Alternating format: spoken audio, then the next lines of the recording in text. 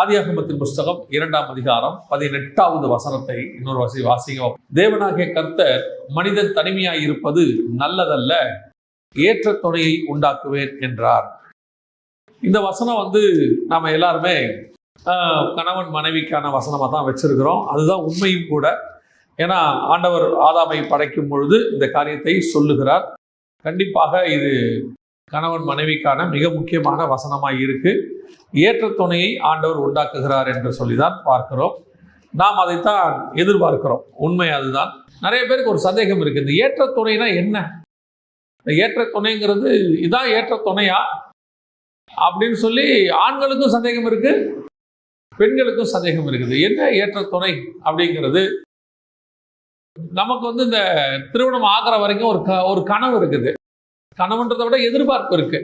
இப்படி இருக்கும், அப்படி இருக்கும், அந்த மாதிரி இருக்கும், குடும்ப வாழ்க்கை இப்படி ஆகும், அப்படி ஆகும் அப்படிலாம் நம்ம நினச்சிக்கிட்டு வந்தோம்னா 99% ஆப்போசிட்டாக தான் இருக்குது. அவன் பார்க்குறான், இதுதான் ஏற்ற துணையா, இதான் குடும்ப வாழ்க்கையா, இதுக்கு தான் இவ்வளோ கஷ்டப்பட்டோமா அப்படிங்கிற ஒரு ஃபீல் பாதி பேருக்கு வந்துடுது. போன தலைமுறையில் இருக்கிறவங்க என்ன செய்வாங்கன்னா, இந்த அம்மாமார்கள் என்ன செய்வாங்கன்னா, அவங்க கொஞ்சம் பொறுமைசாலிகள். அவங்க கொஞ்சம் பொறுமையாக இருந்து ஹேண்டில் பண்ணி கொஞ்சம் அதை சரி பண்ணி கொண்டாந்துருவாங்க. இப்போ இருக்கிறது ஃபாஸ்ட் ஃபுட்டு காலம். அதனால கொஞ்சம் அவங்க வெயிட் பண்ணுறதுலாம் கிடையாது. உடனே போய் பார்க்குறாங்க, ஒரு 3 நாள் 4 நாள் பார்க்குறாங்க, 3 நாள்லேயே சொல்லிடுறாங்க இது நமக்கு செட் ஆகாது அப்படின்னு சொல்லிடுறாங்க. இப்போ அது ரொம்ப சகஜமாகி போச்சு. ஒரு 2 நாள் வெளியே போய் பேசிட்டு வராங்க, பேசிட்டு வந்தோடனே சொல்லிடுறாங்க இது நமக்கு செட் ஆகாது, 2 நாளில் டிசைட் பண்ணிடுறாங்க.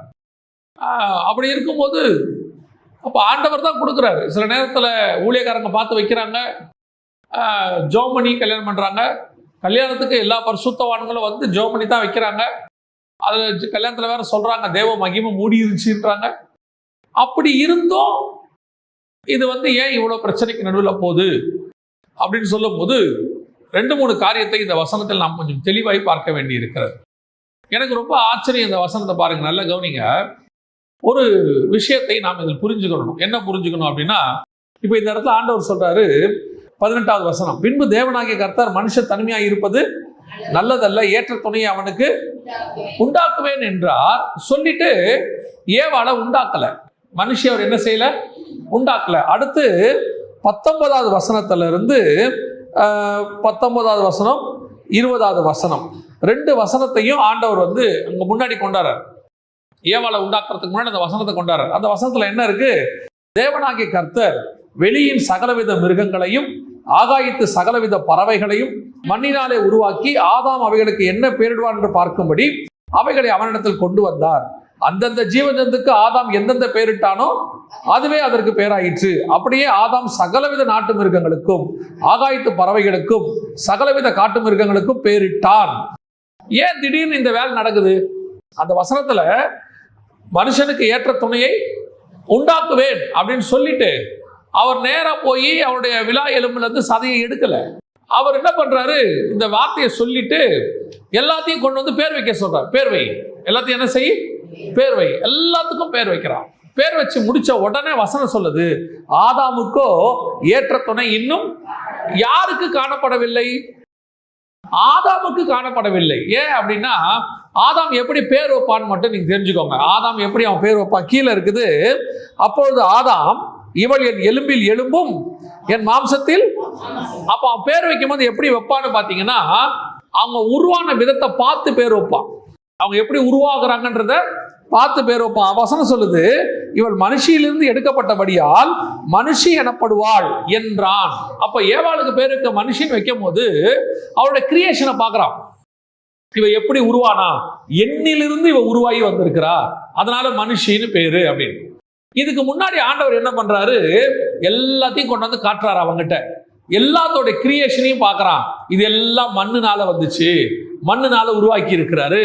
எல்லா கிரியேஷனையும் பார்த்து இப்போ ஆதாமுக்கு ஒரு தெளிவு வருகிறது. இப்படி உண்டாக்கப்பட்ட எதுவுமே எனக்கு ஏற்ற துணை கிடையாது. முதல்ல என்ன தெரியுது அவனுக்கு?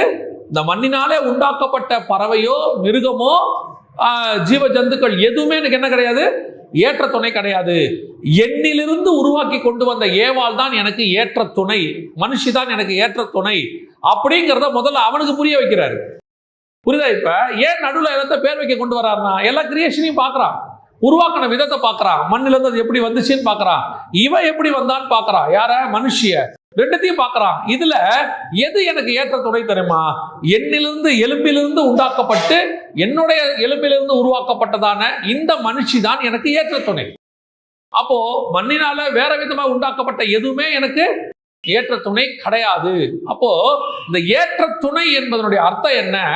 உனக்கு அந்த ஆண்டவர் கொண்டு ஒரு துணையை கொடுக்கறதுக்கு முன்னாடி, அது 25 வயசுல கொடுக்குறாரோ, 26 வயசுல கொடுக்குறாரோ, 28 வயசுல கொடுக்குறாரோ, 30 வயசுல கொடுக்குறாரோ, 40 வயசுல கூட கொடுக்குறாரோ, அப்படி கொடுக்கும் போது உங்களுக்கு ஒன்று தெரியணும், இது வரைக்கும் நான் பார்த்த எதுவுமே எனக்கு என்ன கிடையாது, ஏற்ற துணை கிடையாது.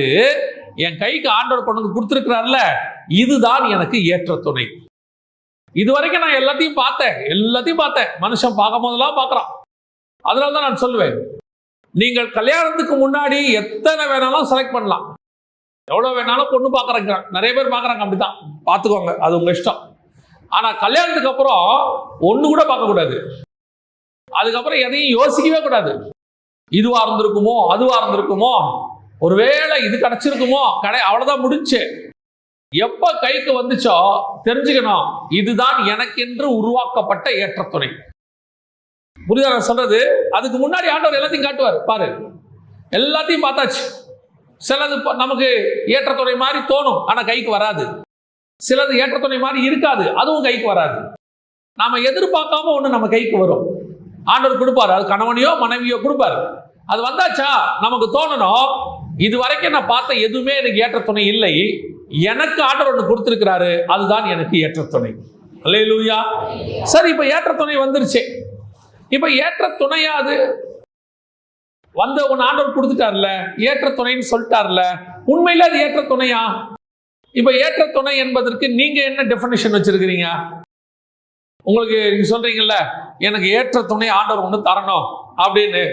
பல பேருக்கு என்ன இருக்குது, நான் நினைச்ச மாதிரி இல்லை, நான் விரும்பின மாதிரி இல்லை, நான் எக்ஸ்பெக்ட் பண்ண மாதிரி இல்லை, நான் இதை ஒன்றும் எதிர்பார்க்கல அப்படின்னு சொல்றீங்கல்ல. உங்களுக்கு ஏற்ற துணை கணவன் எப்படி இருக்கணும்? ஏற்ற துணைனா என்ன? ஆக்சுவலா ஏற்ற துணைனா என்ன தெரியுமா? நல்லா கவனிங்க. ஆண்டவர் படைச்சிருக்கிற படைப்பை வச்சு நான் உங்களுக்கு சொல்றேன். ஆணும் பெண்ணும் ரெண்டு பேரும் சேர்ந்தாதான் ஏற்ற துணை, இல்லையா? ஆணும் ஏற்ற துணை இல்லை, பெண்ணும் ஏற்ற துணை கிடையாது. ஆணும் பெண்ணும் தான் ஏற்ற துணை.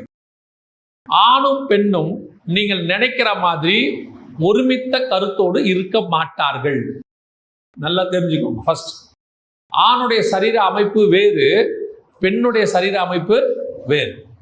ஆணுடைய மனநிலை வேறு, பெண்ணுடைய மனநிலை வேறு. ஆணுடைய எதிர்பார்ப்பு வேறு, பெண்ணுடைய எதிர்பார்ப்பு வேறு. இது எல்லாமே ஆப்போசிட்டா தான் இருக்கும்.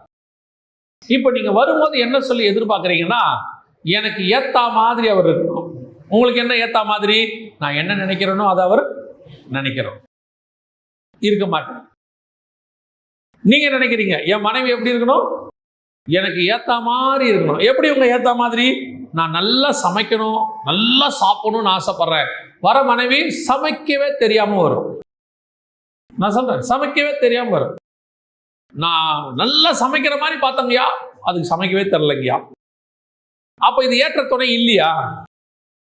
இதுக்கு பேர் ஏற்ற துணை இல்லையா? ஏற்ற துணைங்கிறது இதை வச்சு கண்டுபிடிக்க கூடாது.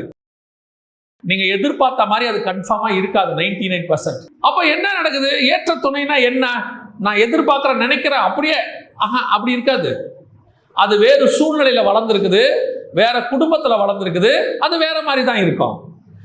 நம்ம வேற சூழ்நிலையில வளர்ந்துருக்கிறோம், வேற குடும்பத்துல வளர்ந்துருக்கிறோம், நம்ம வளர்ந்தது வேற இடமா இருக்கும், இது வேற மாதிரி தான் இருக்கும். ரெண்டு ஆப்போசிட்டா இருக்கும். அப்ப ஏற்ற துணை என்பது எதை குறிக்கிறது அப்படின்னு கேட்டீங்கன்னா, இப்ப பாருங்க, எனக்கு ஆண்டவர் உணர்த்தின சில உதாரணத்தை நான் வச்சு சொல்றேன். இப்ப கப்பன் சாசர் இருக்கு இல்லையா? கப்பும் சாசரும் ஏற்ற துணை தானே, ரெண்டு சேர்ந்தா தானே ஒரு செட்டு. அதான செட்டு. போய் கேட்கும் போது என்ன கேட்குறீங்க? Cup and saucer. கப்பன் சாசர் வாங்குறீங்க, கப்பு வேற மாடல், சாசர் வேற மாடல்.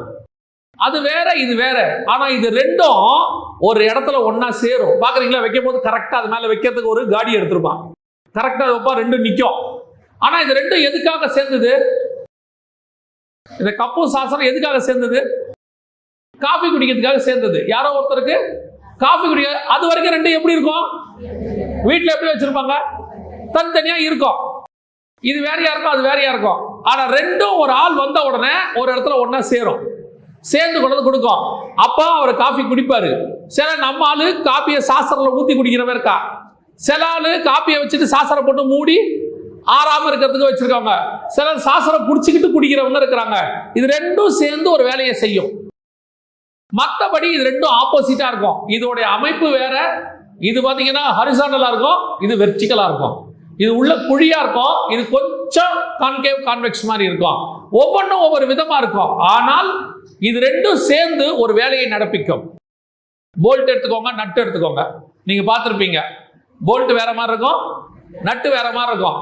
இது ரெண்டும் கடையில போய் கேட்டீங்கன்னா வெறும் போல்ட் வாங்கினாலும் பிரயோஜனம் இல்லை, வெறும் நட்டு வாங்கினாலும் பிரயோஜனம் இல்லை. போல்ட் பாருங்க நீளமா இருக்கும், நட்டு ரவுண்டா இப்படி இருக்கும்.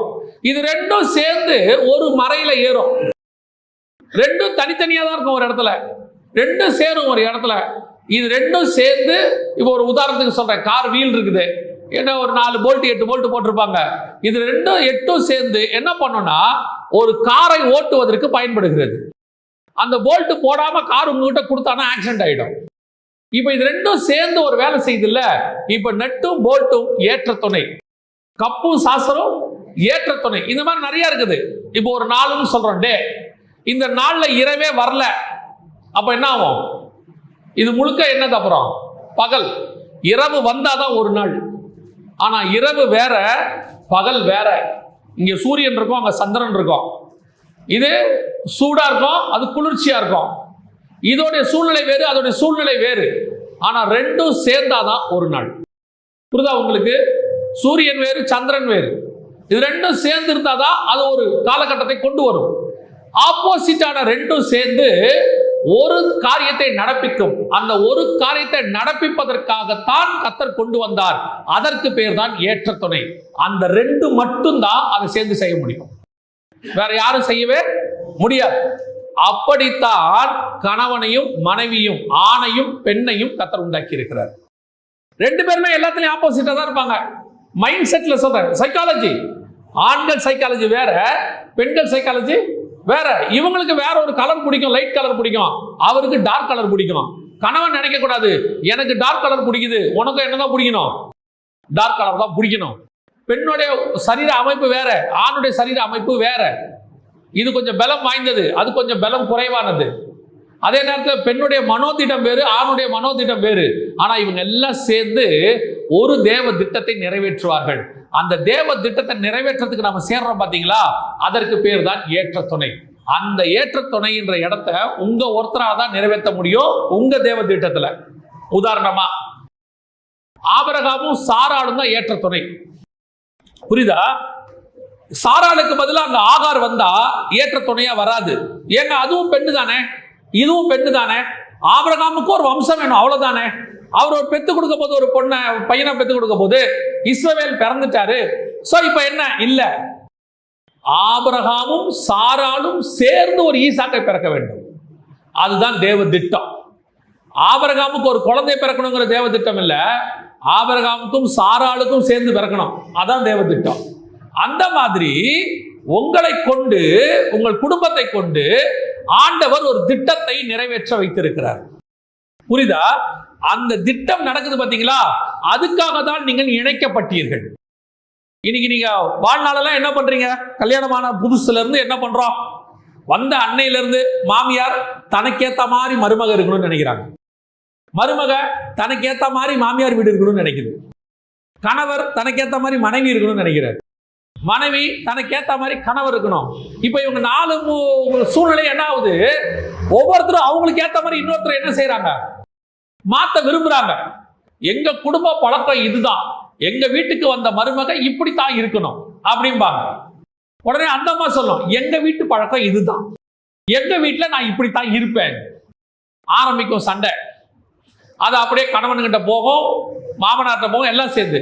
ஆனா இந்த பெண்ணை எதுக்கு இந்த வீட்டுக்கு ஆண்டவர் கூட்டிட்டு வந்து இந்த கணவன் கையில கொடுத்தாருன்னா, இவங்க அவங்கள மாதிரி சமைக்கிறதுக்காக இல்ல, அந்த அம்மா இவரை மாதிரி ட்ரெஸ் பண்றதுக்கு இல்ல, கூட்டிட்டு வந்தது இவங்க 2 பேரை வச்சு பரலோகத்திலிருந்து ஒரு திட்டம் பூமியில செய்யப்பட வேண்டி இருக்கிறது. அந்த திட்டத்தை நிறைவேற்றுறதுக்கு தான் 2 பேரையும் சேர்த்தாரு. இவங்க 2 பேருமே அந்த திட்டத்தையே முதல்ல தெரிஞ்சுக்கல, அதுக்கு தான் வந்தோங்கிறதையும் அவங்க என்ன செய்யல, தெரிஞ்சுக்கல. வாழ்நாளெல்லாம் இந்த சண்டையிலேயே 40 வருஷம் ஓடிருச்சு. என்ன ஓடிருச்சு? 40 வருஷம் ஓடிருச்சு. அப்புறம் 40 வருஷம் கழிச்சு இப்ப தெரிய வருது. என்ன தெரிய வருது? அவருக்கு ஏத்த மாதிரி நான் மாறிட்டேன். ஏற்ற துணை எது தெரியுமா? அவனுக்கு ஒரு நாள் தெரிய வந்தது, ஆபிரகாமுக்கு, ஆண்டவர் என்னை கானானுக்கு கொண்டு வந்து சாராளோடு கூட சேர்ந்து ஈசாக்கை கொண்டு வர வேண்டும் என்பது என்னுடைய தேவனுடைய திட்டம். அதற்காக நான் கொண்டு வரப்பட்டேன். அந்த ஈசாக்கு பிறந்த உடனே தான் அவனுக்கு அந்த வெளிப்பாடே கிடைக்குது. அதே மாதிரி தான் உங்களை கர்த்தர் ஏற்ற துணையை உண்டாக்கி இருக்கிறார். நம்மளை கொண்டு பூமியில ஏதோ ஒன்று செய்ய வேண்டி இருக்கிறது. அதை செய்வதற்காக கர்த்தர் நினைச்சார். Heavenly plan, heavenly plan. அதை 2 பேரும் உட்காந்து ஜெபம் பண்ணி கேட்கணும், ஆண்டவர் எதுக்கு எங்களை இணைச்சிங்க? அந்த இணைச்சதை நீங்க தேவன் சித்தத்தோடு அதை செய்ய முற்படுங்க. உங்களுக்குள்ள இருக்கிற ஏற்றத்தாழ்வுகளை கர்த்தர் மாத்திடுவார். பரலோகம் அதை செஞ்சு கொடுத்துரும். நீங்க தேவ திட்டத்தை ஒன்னா சேர்ந்து செய்ய ஆரம்பிக்கும் போது பாருங்க, ஆண்டவர் உங்களுக்குள்ள இருக்கிற மாறுபாடான சிந்தனைகள், உங்களுக்குள்ள இருக்கிற தனிப்பட்ட காரியங்கள் எல்லாத்தையும் மாத்திடுவார். ஆனா நாம கடைசி வரைக்கும் அந்த இடத்துக்கு வரல. எதுக்கு இணைச்சாருங்கிற இடத்துக்கு வரல. அவரு சரியில்லை, மனைவி சரியில்லை, ஒருத்தரை குற்றப்படுத்தி 25 வருஷம் முடிஞ்சிருச்சு, 30 வருஷம் முடிஞ்சிருச்சு, யோசிக்கவே இல்லை. இப்ப இந்த 25 வருஷமும் பசங்க நம்மளை பார்த்துருக்குது. இதுக்கு நடுவில் 2 குழந்தை வேற பிறந்திருக்குது, பசங்க பார்த்துருக்குது. இப்ப அவன் என்ன பிளான் பண்றான்? அப்பா அம்மா மாதிரி சண்டை போடாம குடும்பத்தை நடத்தணும்னு ஒரு பாடத்தை கத்துக்கிட்டான் இல்லையா? இன்னொன்னு கத்துக்கிறான், எனக்கு குடும்பமே வேணாம். ஏன்பா வேணாம்? இவங்க 2 பேரும் சண்டை போட்டது இருக்குல்ல, இஸ்ரேல் பாலஸ்தீன பிரச்சனையை விட இவனுங்க பிரச்சனை பெரும் பிரச்சனை. இவங்க 2 பேரும் சண்டை போட்டதுல பையன் சொல்றான், எனக்கு மனைவின்னு ஒண்ணு வேணவே வேணாம், நிம்மதியா என் வாழ்க்கை இருக்கட்டும். அந்த பொண்ணு சொல்லுது, எனக்கு கணவன் ஒருத்தர் வேணவே வேணாம். எதுக்கு இவ்வளவு வம்பு? ஏன் கணவன் வேணாம்? இவங்க 2 பேரும் போட்ட சண்டை இருக்குது பாருங்க. அப்ப ஏற்ற துணை என்பது இதல்ல, சண்டை போடுவதல்ல, சமாதானம் ஆவதல்ல. இது சகஜம், நம்ம முடிவுக்கு வந்துட்டோம். ஆனால் நம் வாழ்க்கையில தேவன்கிட்ட கேட்கணும், எங்களை எதுக்கு ஒண்ணு இணைச்சிருக்கிறீங்க? ஏதோ ஒரு நோக்கத்துக்காக தான் கொண்டு வந்திருப்பீங்க. இல்லைன்னா ஆண்டவர் நினைச்சா என்ன பண்ணிருக்கலாம்? எவ்வளவோ காரியத்தை தடுத்த ஆண்டவர் இதை தடுக்காம விட்டாரியே. நேரத்துல கேட்கிறோம்ல, ஏன் ஆண்டவர் எனக்கு கொடுத்தீங்க? உனக்கு இதுதான் வாழ்க்கையில மோசமான அழிவுனா ஆண்டவர் என்னைக்காவது காப்பாற்றி விட்டுருப்பாரு. அப்ப ஏற்ற துணையை ஆண்டவர் எதுக்கு உண்டாக்குகிறாரு?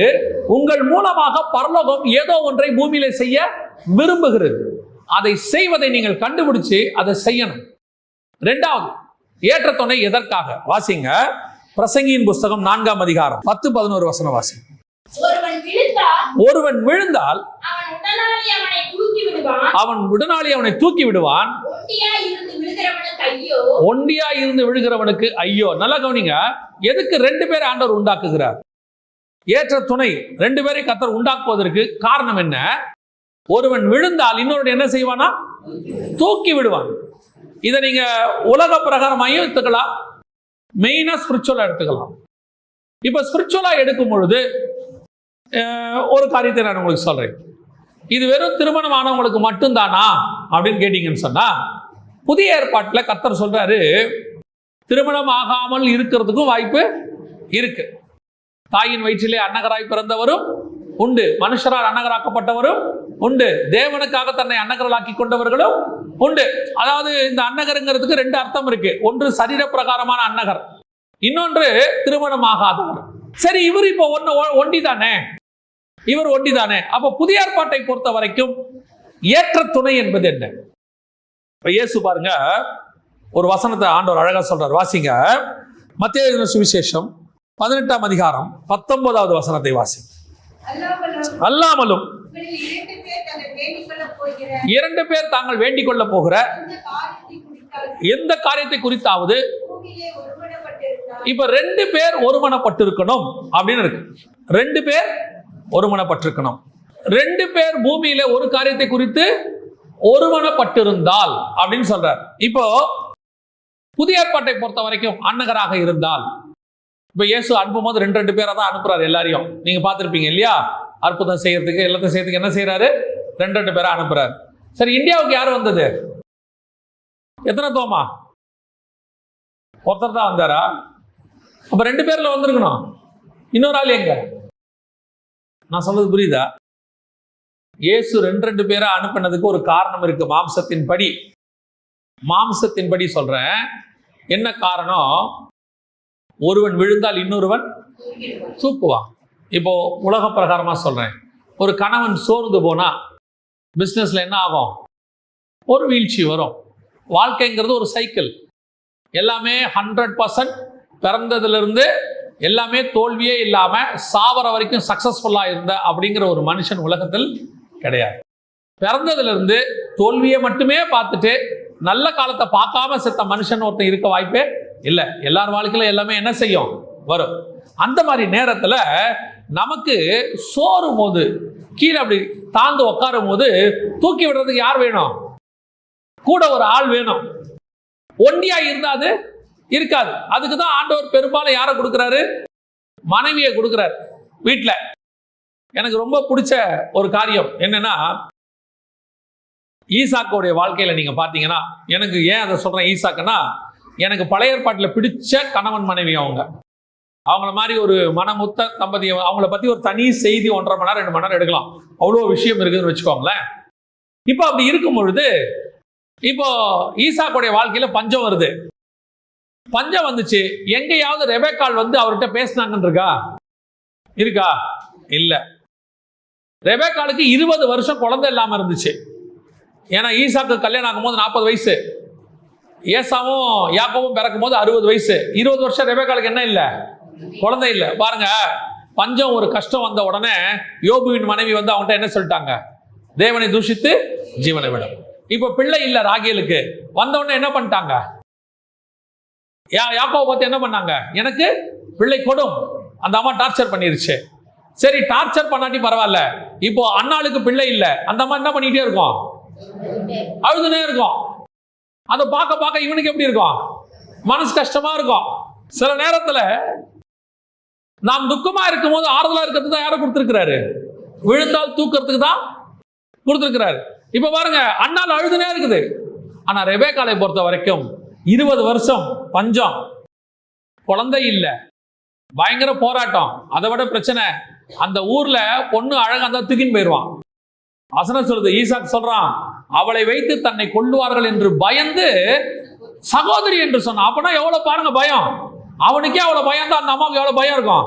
சாரால பார்வன் தூக்கிட்டு போயிட்டாரு. இவன் இந்த அம்மா என்ன நினைக்கும்? அந்த அம்மாவை தூக்கிட்டு போகும்போது 65 வயசு. யாரை தூக்கிட்டு போகும்போது? சாரால தூக்கிட்டு போகும்போது 65 வயசு. 2வது தடவை அபிமெலேக்கு வந்து தூக்கிட்டு போயிடுவான் சாரால. அப்ப தூக்கிட்டு போகும்போது 90 வயசு. இப்ப ரெபெக்கா என்ன நினைக்கும்? இந்த ஊருக்காரங்க 90 வயசு கேள்வியே தூக்கிட்டு போனானே, 40 வயசுல இருக்கிற என்ன தூக்கிட்டு போனா என்ன ஆகும்? ஒரு பயமா இருக்குமா இல்லையா? எங்கேயாவது புலம்புச்சா? புலம்பாது. தோல்வி வரும்போது, கண்ணீர் வரும்போது, சூழ்நிலை வரும்போது ஒருத்தருக்கு ஒருத்தர் ஆறுதலா இருப்பதுக்கு தான் கர்த்தர் கொடுத்திருக்கிறார். ஆண்டவர் எப்படி கொடுத்திருக்காரோ அப்படியே ஏற்றுக்கொள்ளுங்க. அவ்வளவுதான்.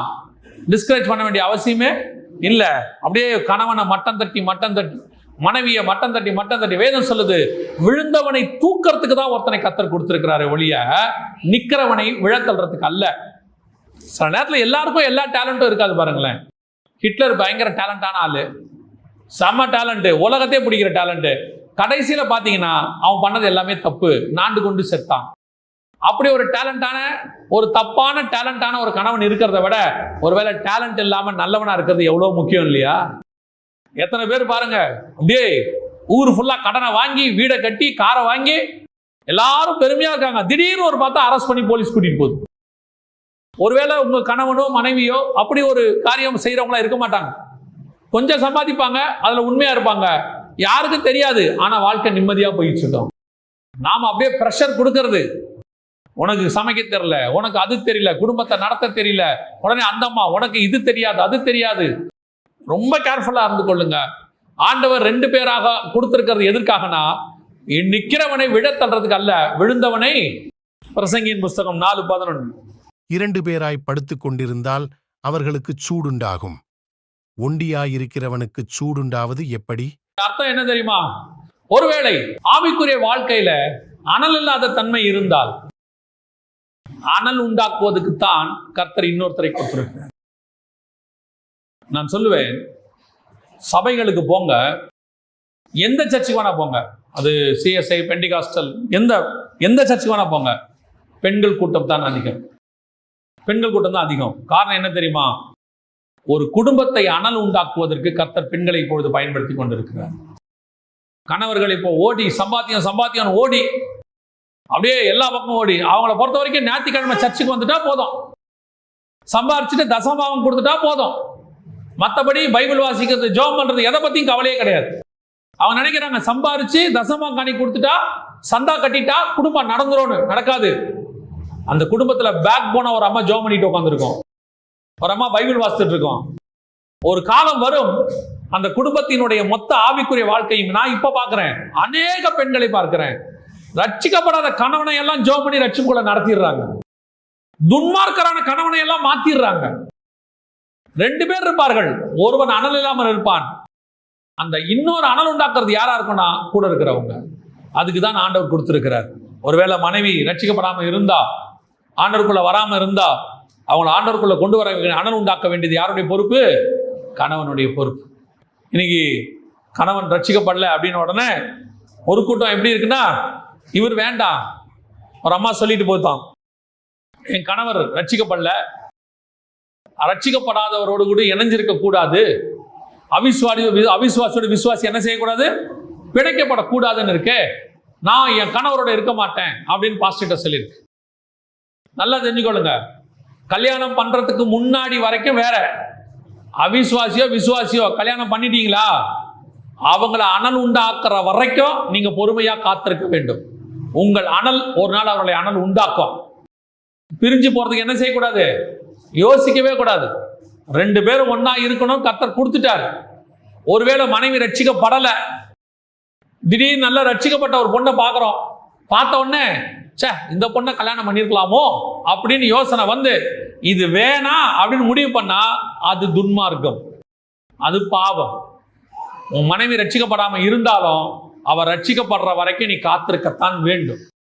உன் கணவன் ரட்சிக்கப்படாவிட்டால் அவன் ரட்சிக்கப்படுகிற வரைக்கும் நீ காத்திருக்கத்தான் வேண்டும். ஆனால் ஒன்று, உன்னுடைய அனல் அவனை பற்றும், உங்களுடைய ஜெபம் அவர்களை மாற்றும், உங்களுடைய ஆவிக்குரிய வாழ்க்கை அவனை மாற்றும், உங்கள் நல்ல நடக்கை அவர்களை எதிர்ப்பாளரை மாற்றும், கண்டிப்பா மாற்றும். ஒரு நாள் பார்த்து கணவன் திருந்துவான். கணவனுக்கே ஒரு நாள் என்ன வந்துடும் தெரியுமா? கில்ட்டினஸ் வந்துடும். நம்ம இவ்வளவு பண்ணியும் எப்படி இருக்கிறா அவன் பாப்பாரு, உலகத்துல பாப்பாரு, ஃப்ரெண்ட்ஸ் கிட்ட பேசுவாரு, என் ஒய்ஃப ஒரு வார்த்தை சொன்னேன் அம்மா வீட்டுக்கு போயிடுச்சு அப்படின்னு அவன் சொல்லியிருப்பான். ஃப்ரெண்டு யோசிப்பாரு, நம்ம இவ்வளவு பண்ணியும் இது அம்மா வீட்டுக்கு போலியே. ஒரு நாள் இந்த நல்ல நடக்கை, அப்படிதான் வசனம் சொல்லுது, உங்கள் நல்ல நடக்கையினாலே உங்கள் கணவரை என்ன செய்யுங்க? ஆதாயப்படுத்திக் கொள்ளுங்கள். அதே தான் கணவனுக்கும் பொருந்தும். ஆண்டவர் எதுக்கு இன்னொரு ஏற்ற துணை கொடுத்திருக்கிறார் என்றால், நம்முடைய ஆவிக்குரிய வாழ்க்கையை கட்டி எழுப்புவதற்கு, விழுந்தவனை தூக்கி எடுப்பதற்கு, அனல் இல்லாதவனை அனல் உண்டாக்குவதற்கு. அப்படிப்பட்டவர்களாய்த்தான் நாம் இருக்கணுமே ஒழிய, ஒரு நாளும் நல்லா கவனிச்சுக்கொள்ளுங்க, அனலாய் இருக்கிறவனை அனல் இல்லாதவனை மாற்றி விடக்கூடாது. நிறைய ஆவிக்குரியவர்கள் திருமணமான பிறகு பின்மாற்றம் அடைஞ்சிட்டாங்க. குடும்ப வாழ்க்கை சரியா அமையாததுனால, நல்லா ரட்சிக்கப்பட்டு ஜெபம் பண்ண பொண்ணெல்லாம் கணவன் சரியா அமையாததுனால பின்மாற்றம் அடைஞ்சிருச்சு. நல்லா ரட்சிக்கப்பட்ட பையன் மனைவி சரியா அமையாததுனால குடிகாரனை மாறிட்டான். இது நடக்குது. ஆனா பைபிள் எதுக்கு 2 பேரை இணைக்குதுன்னா, அனல் இல்லாதவர்களை என்ன உண்டாக்கணும்? அனல் உண்டாக்கணும். அனல் இல்லாமல் படுத்திருக்கிறான்னா அவனை என்ன உண்டாக்கணும்? அனல் உண்டாக்குவதற்கு. ஒரு குடும்பத்தினுடைய ஆவிக்குரிய பொறுப்பு கணவன் மனைவி 2 பேருக்கும் இருக்கு. நம்ம நினைச்ச மாதிரி ஆவிக்குரிய அனுபவம் மனைவிக்கு இல்லையா, அதை உண்டாக்க வேண்டியது நம்முடைய பொறுப்பு. நம்ம நினைச்ச மாதிரி மனைவி கணவன் அப்படி இல்லையா, நம்ம ஜெபத்துல மாற்ற வேண்டியது நம்முடைய பொறுப்பு. கடைசியாக ஒரு காரியத்தை நான் சொல்லிவிட்டு முடிக்கிறேன். வாசிங்க என்னாகமத்தின் புஸ்தகம் 13ஆம் அதிகாரம் 33ஆம் வசனம் வாசிங்க. 13:33.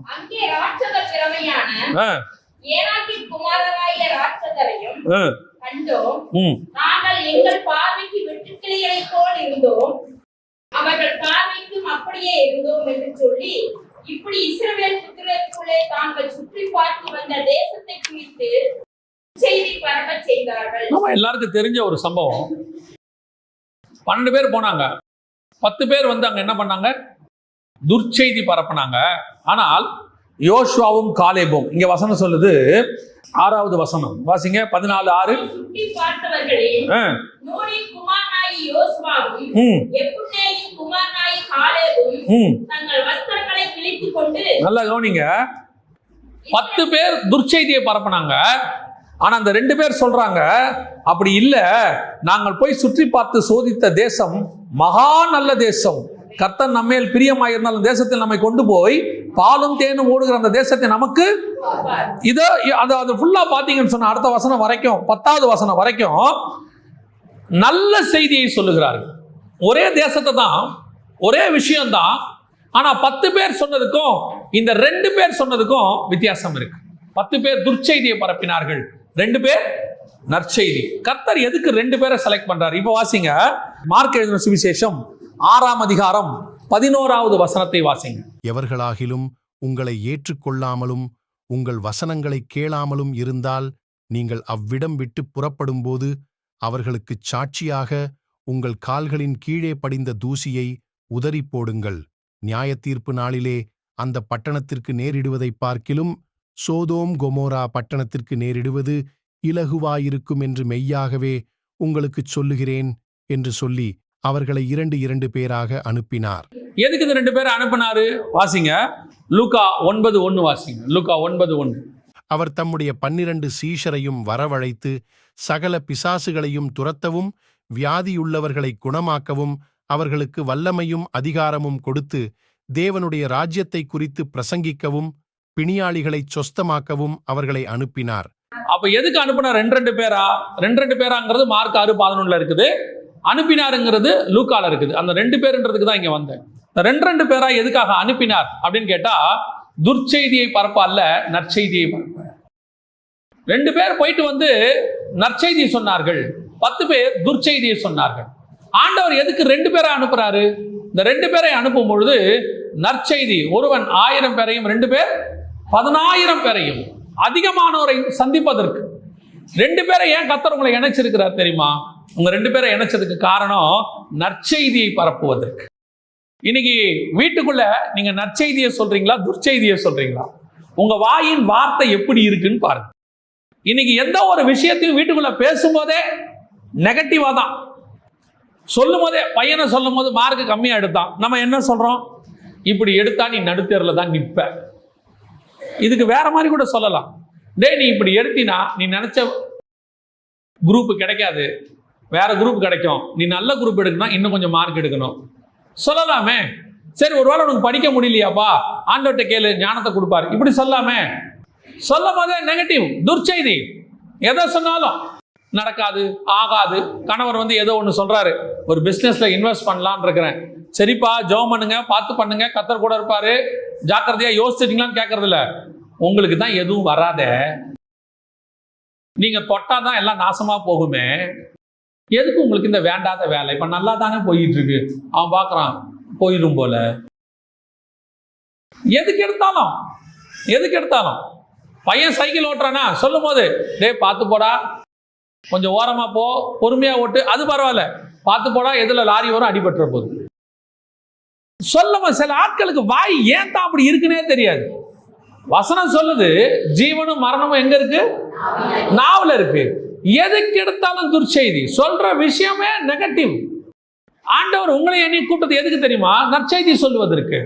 அந்தந்த காலம் வரும்போது அந்தந்த ஆண்டவர் கொடுத்தாருல, அதே மாதிரி வசதி வாய்ப்புகளும் அந்தந்த காலம் வரும்போது கர்த்தர் உயர்த்தி கொடுப்பார்.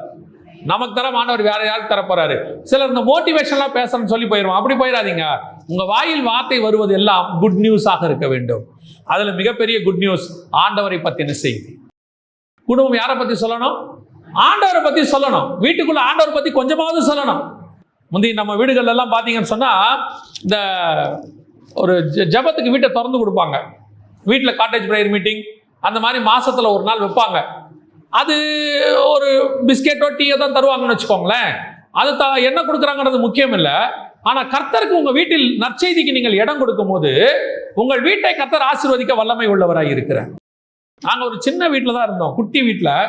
அது வந்து குட்டி வீடுனா என்னன்னா, மொத்தமே ஒரு 150 ஸ்கொயர் ஃபீட் உள்ளதான ஒரு வீடு, அவ்வளவுதான். அதுலேயே ஒரு கிச்சன் இருக்கும், பாத்ரூம் இருக்கும், ஒரு ஹால் இருக்கும், மொத்தமே அவ்வளோதான் இருக்கும். ஒரு 150 160 ஸ்கொயர் ஃபீட் தான் மொத்தமே அந்த வீடு. அந்த மாதிரி எங்ககிட்ட 2 வீடு இருந்துச்சு தனித்தனியாக. எங்கள் அம்மா என்ன பண்ணாங்க, 2வது வீட்டை வாங்கும்போது அந்த வீட்டை வாடகைக்கு விடணும்னு எல்லாரும் சொல்லும் போது எங்கள் அம்மா சொன்னாங்க, வேண்டாம், ஒரு வீட்டில் நாங்கள் இருக்கிறோம், இன்னொரு வீட்டை ஊழியத்துக்கு திறந்து கொடுக்குறோன்னு சொன்னாங்க. எனக்கே ஆச்சரியம். ஏன்னா எங்களுக்கு அப்போது வாடகைக்கு விட்டால் காசு வரும், நல்ல காசு வரும். ஆனால் எங்கள் அம்மா சொன்னாங்க, வேண்டாம் வாடகைக்கு விட வேண்டாம், அந்த வீட்டை என்ன பண்ணிடுவோம், ஊழியத்துக்குன்னு வைப்போம். அங்கே சண்டே கிளாஸ் நடக்கும், மாதத்தில் ஒரு நாள் காட்டேஜ் ப்ரேயர் மீட்டிங் நடக்கும், ஒரு ஊழியக்காரர் வந்து அங்கே ஜாப் பண்ணுவார், அங்கே ஃபாஸ்டிங் ப்ரேயர் இருப்பார், முழுக்க அந்த வீடு ஊழியத்துக்குன்னு மாறிச்சு. நான் சொல்கிறேன், அன்னைக்கு அவர்கள் கொடுத்தது ஒரு சின்ன அறை, ஒரு 150 ஸ்கொயர் ஃபீட் தான். ஆனால் இன்னைக்கு ஆண்டவர் அதை விட பெருசாக ஒரு பைபிள் காலேஜை கொடுத்திருக்கிறார். நீங்க என்ன கொடுக்குறீங்கன்றதுனால அவர் கொடுக்குறேன்னு சொல்லல, நம்ம இருதயத்தை கர்த்தர் பார்க்கிறார். கொஞ்சமா திறந்து கொடுக்கணும்னு பார்க்கிறாரு. கொஞ்சமாவது உங்க வீடுகளில் நற்செய்திக்கு இடம் கொடுங்க. உங்க வீடுகளில் மட்டும் இல்ல, உங்க வாழ்க்கையில நீங்க போய் நற்செய்தி சொல்லுங்க. கணவன் மனைவி சேர்ந்து என்ன செய்யுங்க, ஒரு காஸ்பல் சொல்லுங்க. 30 நாள் உங்க வீட்டுக்காக உழைக்கிறீங்க, மாசத்துல ஒரு நாள் ஆண்டவருக்கு ஏன் உழைக்க கூடாது? ஆண்டவருக்காக ஒரு சுவிசேஷம் சொல்லக்கூடாது? வெறும் மிஷனரிகளுக்கு நீங்க பணம் அனுப்புறீங்க, நல்லது. ஆனால் பணம் அனுப்புவது மட்டும் போகாது, நீங்களே மிஷனரியாய் மாறினால் நல்லது. நமக்கெல்லாம் என்ன இருக்குன்னா ஒரு சாட்டிஸ்ஃபேக்ஷன் இருக்கு. என்ன சாட்டிஸ்ஃபேக்ஷன் தெரியுமா? நான் வந்துட்டு 200 ரூபா மிஷனரிக்கு அனுப்பிட்டேன், நான் வந்து 500 ரூபா அனுப்பிட்டேன், 1000 ரூபா அனுப்பிட்டேன், திருப்தி. நான் சொல்றேன், மிஷனரிகள் செய்கிற ஊழியத்துக்கு எத்தனை லட்சம் கொடுத்தாலும் தகும். அவங்க காட்டுக்கு நடுவில் இன்னைக்கு காலையில ஒரு ஊழியம் செய்து கொண்டிருக்கிற ஒரு பாஸ்டர் பேசினதை நாங்கெல்லாம் கேட்டோம். மனுஷன் அப்படியே அழுந்துக்கிட்டு பேசுறாரு, உண்மை. வீடியோ காலே பார்த்தோம். அந்த மாதிரி கடினமாய் நார்த் இந்தியாவில் மினிஸ்ட்ரி போயிட்டு இருக்குது. நம்ம காசு கொடுப்பது நல்லது, இல்லைன்னு சொல்லல. அதை விட முக்கியம் நம்மை கொடுப்பது தேவனுக்கு. நாம ஆண்டவருக்கு நம்மளை கொடுக்குறோமா? கொஞ்சமாவது ஊழியத்தில் இறங்கி செய்யறோமா? நற்செய்தி பரப்பதுக்கு தான் ஆண்டவர் 2 பேரை வச்சிருக்கிறார். இந்த உலகம் முழுக்க துர்ச்செய்தி பறக்கிறவர்கள் நிரம்பி இருக்கிறார்கள். ஆனால் நற்செய்தி பரப்புகிறது 2 பேரை ஆண்டவர் தேடுகிறார். அந்த 2 பேரை தான் கடைசியில் கானானுக்குள்ளே பிரவேசித்தார்கள். மிச்சம் 10 பேர் என்ன செய்யல, போகல. எந்த 2 பேரை கர்த்தர் இணைக்கிறாரு, எந்த 2 பேரை கானானு கூட்டு போறாருன்னா, ஆண்டவர் என் நற்செய்தி பரப்பக்கூடிய 2 பேரை தான் இணைக்கிறாரு. நற்செய்தி பரப்பக்கூடிய 2 பேரை தான் கானானு கூட்டிட்டு போறாரு. இன்னைக்கு நாம எப்படிப்பட்டவங்களா இருக்கிறோம்? கணவனும் மனைவியும் நற்செய்திங்கிற பேர்ல இந்த உலகத்துல வாழ்றதுக்கு என்னென்ன சம்பாதிக்கணும், என்னென்ன கட்டணும், பிள்ளைங்களுக்கு என்ன இன்சூரன்ஸ் போடணும், எதிர்காலத்துக்கு என்ன சேர்த்து வைக்கணும், பிள்ளைகளுக்கு என்னென்ன இடம் வாங்கி போடணும், இது எதுவுமே நற்செய்தி இல்லை. தெரியுமா உங்களுக்கு? இது எதுவுமே நற்செய்தி கிடையாது. இது உங்க பிள்ளைகளுக்கு நீங்க செய்றீங்க, நாளைக்கு அது உங்க பிள்ளைகளுக்கு போகுமான்னு தெரியாது, போனாலும் உங்கள் பிள்ளைகளை அதை ஒழுங்கா வச்சிருப்பாங்களான்னு தெரியாது. ஆனா ஒண்ணு, நீங்கள் சம்பாதிக்கிற ஆத்மா கண்டிப்பாய் பரலோகத்துக்கு வரும். அது பரலோகத்தில் சொத்தாக இருக்கும். அந்த சொத்தை யாரும் உங்கள் கையிலிருந்து எடுக்கவே முடியாது. 50 வருஷம் 60 வருஷம் கஷ்டப்பட்டு சம்பாதிக்கிறீங்க, பிஎஃப் வருது, ரிட்டையர் ஆகும்போது பணம் வருது, எல்லாத்தையும் போட்டு ஒரு வீடு கட்டுறீங்க. இந்த வீடு கடைசி வரைக்கும் பரலோகத்துக்கு வருமானா தெரியாது. ஆனால் நீங்கள் சம்பாதிக்கிற ஆத்மா கடைசி வரைக்கும் பரலோகத்துக்கு வரும். அப்ப நம்ம எது நற்செய்தின்னு புரிஞ்சுக்கணும், எதை சம்பாதிக்கணும்னு புரிஞ்சுக்கணும், எதுக்கு இன்வெஸ்ட் பண்ணணும்னு பார்க்குறோம். சிலர்லாம் ஒரு 50 வயசு வரைக்கும் இன்சூரன்ஸ் போடுறாங்க. என்ன சொல்லி போடுறாங்க தெரியுமா? சாகும்போது நமக்கு அது என்னவாகும், யூஸ் ஆகும்னு சொல்லி. யூஸ் ஆகுது. எப்படி யூஸ் ஆகுது தெரியுமா? கரெக்டாக 58 வயசு ஆகும்போது இன்சூரன்ஸும் வருது, கூடவே கிட்னி ஃபெயிலியரும் ஆயிடுது, கூடவே சுகர் பிபி எல்லாம் சேர்ந்து வந்துடுது.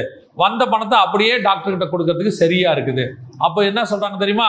நாங்க இன்சூரன்ஸ் போட்டது எவ்வளவு நல்லது பாத்தீங்களா, ஹெல்ப் பண்ணிச்சு பாத்தீங்களா அப்படிங்கிறாங்க. நான் சொல்றேன், நீங்க இன்சூரன்ஸ் போறதுக்கு பதிலா அந்த காசை ஆண்டவருக்காக ஊழியம் பண்ணிக்கிட்டே இருங்க. யாராவது ஒருத்தருக்கு ஊழியம் பண்ணிட்டே இருங்க, உங்களுக்கு அந்த வியாதியே வராம கர்த்தர் பார்த்துப்பார் கடைசியா. இப்ப நீங்க சம்பாரிச்ச பணம் மொத்தம் டாக்டருக்கு போச்சு, அதனால நீங்க என்ன முழுசா காப்பாற்றப்பட்டீங்களா? எக்ஸ்ட்ராவா ஒரு 2 வருஷம் வாழ்ந்திருப்பீங்க, அவ்வளவுதான், போச்சு. ஆனால் நீங்கள் பண்ண ஊழியம் இந்த பூமி மட்டுமல்ல, பரலோகம் வரைக்கும் வந்து நிற்கும். அங்கேயும் உங்களை காப்பாற்ற போகுது. அல்லேலூயா. ஆண்டவர் எதற்காக மனுஷன் தனிமையா இருப்பது நல்லதல்லன்னா, ஏதோ கணவன் மனைவியா குழந்தை பெற்றுக்கிறதுக்கு மட்டுமல்ல, புதிய ஏற்பாட்டில் அன்னகர்கள் இருக்கிறாங்க, இவங்களுக்கு திருமணம் ஆகல, அவர்களையும் ஆண்டவர் சொல்றார் தனிமையா இருப்பது நல்லதல்ல. எதுக்கு கல்யாணம் பண்ண சொன்னாரா? இல்ல, அங்கே அவர்களுக்கு பரிசுத்த ஆவியானவர் உறுதுணையாக இருக்கிறார். 2 பேர் ஒருமனப்பட்டிருந்தால், அவர்கள் திருமணமாகாதவங்களுக்கு சொல்றேன், உங்களோடு கூட 2வது நபராக ஆவியானவர் இருக்கிறார். பிரசங்கி புஸ்தகம் சொல்லுது 4ஆம் அதிகாரத்துல, முப்பரி நூல் என்ன செய்யாது, அறுபடாது, தேவன் உங்களோடு கூட இருப்பார். இந்த 2 பேரும் சேர்ந்து பெரிய இவ்வளவு காரியத்தையும் கணவனும் மனைவியும் சேர்ந்து செய்ய வேண்டியதை தேவனும் நீங்களும் செய்ய முடியும். கல்யாணமாகாத மனைவியோ பெண்ணோ, கல்யாணமாகாத ஆணோ ஒருவேளை கர்த்தர் உங்களை அப்படி வாழ சொன்னா, இந்த ஏற்ற துணை உங்களுக்கு யாருன்னா பரிசுத்த ஆவியானவர். நான் போய் உங்களுக்கு தேற்றவாளனை அனுப்புவேன். பாருங்க, ஆதாமுக்கு விழாவிலிருந்து ஏவாளை எடுத்து ஆண்டவர் கொடுத்தாரு. இயேசு கிறிஸ்துக்கு விழாவில் குத்துனாங்க, சபை வந்துச்சு. இப்ப ஏற்ற துணையாக சபை இருக்கிறது, ஏற்ற துணையாக ஆவியானவர் இருக்கிறார். இப்போ அவர் உங்களை நடத்துவார். ஒருவேளை திருமணம் ஆகியிருந்தா நீங்க 2 பேரும் ஏற்ற துணையாக இருந்து நடத்தணும். திருமணம் ஆகலையா, உங்களுக்கு ஏற்ற துணையாய் பரிசுத்த ஆவியானவர் இருப்பார். அவர் இவ்வளவு காரியத்தையும் உங்களுக்கு கொண்டு செய்ய வல்லமை உள்ளவராக இருக்கிறார். அல்லேலூயா. நம்ம ஜெபம் பண்ண போகிறோம். எல்லாரும் எழுந்திரிக்கலாமா?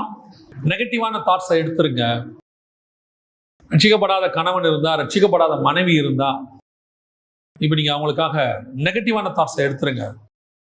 அவ்வளவுதான், இது நடக்காது, ரட்சிக்கப்படாது, அதெல்லாம் இல்லை.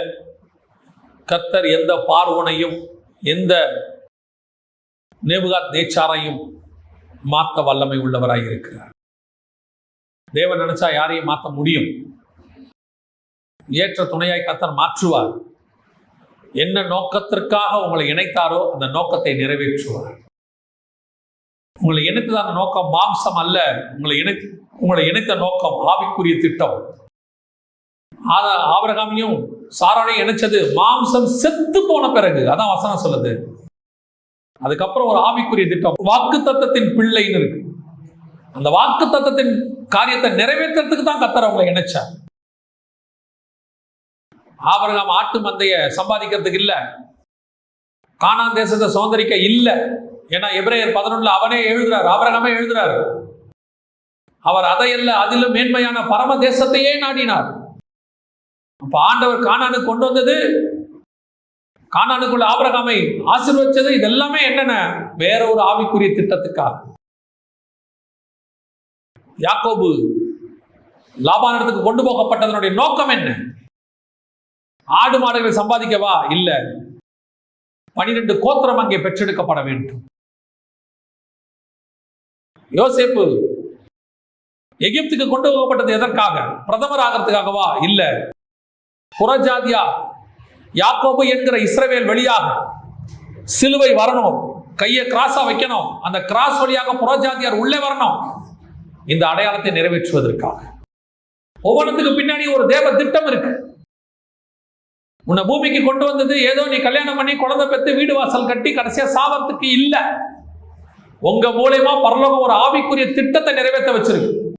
அது என்னன்னு ஆண்டவர்கிட்ட கேட்கணும். எனக்கு சொல்லுங்க ஆண்டவர், அதை நிறைவேற்றிட்டீங்களான்னு பாருங்க. அதுக்குதான் ஆண்டவர் உங்களை வச்சிருக்கிறார். நாம ஜெபிக்க போகிறோம். என் குடும்பத்துல உங்க ஆவிக்குரிய திட்டம் நிறைவேறிடுச்சா?